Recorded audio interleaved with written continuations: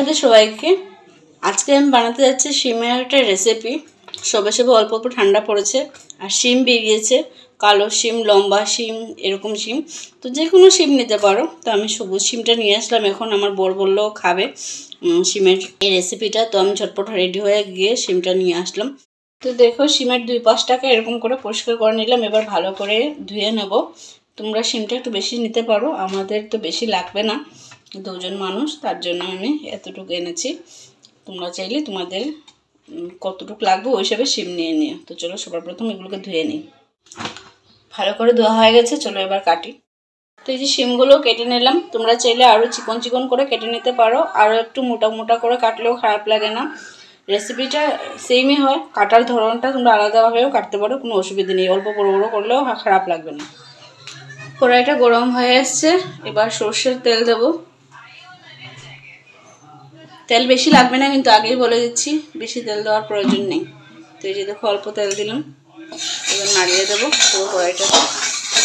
এবার দেবো কালি জিরা ফোড়নে।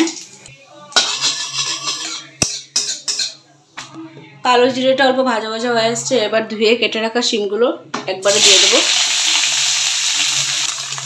হলুদ গুঁড়ো, নুনটা কম করে দেবে, কারণ এগুলো মজার পর অল্প হয়ে যাবে, তার জন্য নুনটা এখন দিতে পারো, চাইলে তোমাদের অসুবিধা হলে পরেও দিতে পারো। তো আমি আন্দাজ করে দিয়ে দিলাম। ধুয়ে চিড়ে 3টা কাঁচা লঙ্কা দিলাম।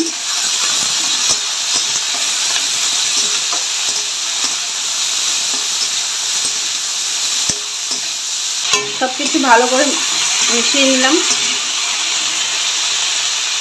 এবার ফ্লেমটাকে লো করে দেবো পুরো, আর একটা ঢাকনা দিয়ে ঢেকে দেবো। আর মধ্যে মধ্যে নাড়িয়ে নেব। 3 মিনিট হয়েছে, এবার ঢাকনাটা সরিয়ে আবার ভালো করে নাড়িয়ে দেবো, যেন নিচের দিকে না লেগে যায়।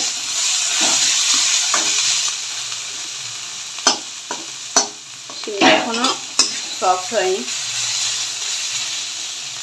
আবার কিছু সময়ের জন্য ঢেকে রাখবো। 5 মিনিট মতো হয়ে গেল। এবার হয়তো শিমটা সিদ্ধ হয়ে এসছে।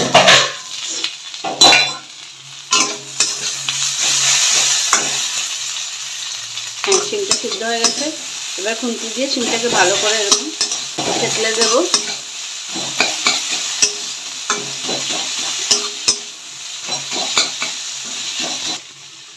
এবার লাস্টে দেবো কুচানো ধনেপাতা। ভালো করে মিক্স করে নেব। হয়তো অনেকেই এটা বানিয়ে খেয়েছো, আবার অনেকে খাওনি। তো তোমরা যারা খাওনি ওরা বানিয়ে একবার খেয়ে দেখো। শিম দিয়ে গরম ভাতে অল্প ঠান্ডার মধ্যে দারুণ লাগে। তো রেডি আমার শিম চচ্চড়ি। ভিডিওটা যদি ভালো লাগে অবশ্যই একটা লাইক, শেয়ার, কমেন্ট করে যেও। Thank you for watching. Radhe Radhe.